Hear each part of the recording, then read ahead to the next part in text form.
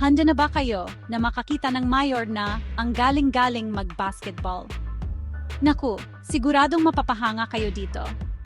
Ang ating mayor ng Pasig City, si Mayor Vico Soto, naglaro lang naman kamakailan kasama ang mga kababayan natin doon. At alam nyo ba, sobrang natuwa ang mga tao. Mula sa pag-score ng 40 hanggang 50 puntos sa mga laro niya nung high school, hanggang sa pakikipag-bonding sa kanyang half-brother at coach ng Ateneo Women's Basketball na si L.A. Mumar, aba, may ibubuga talaga si Vico. Kahit na mas pinili niya ang pagsisilbi sa bayan kaysa maging basketball player, hindi pa rin nawala ang pagmamahal niya sa laro. Kahit nag-shooting lang kasama ang mga palengke kids o naglalaro sa mga alumni games, pinapakita ni Vico na isa siyang mayor na nakikipag-ugnayan sa kanyang mga kababayan gamit ang basketball.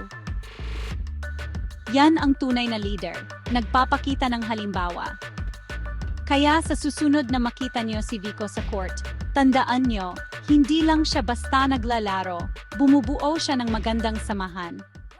Galing mo, Mayor Vico!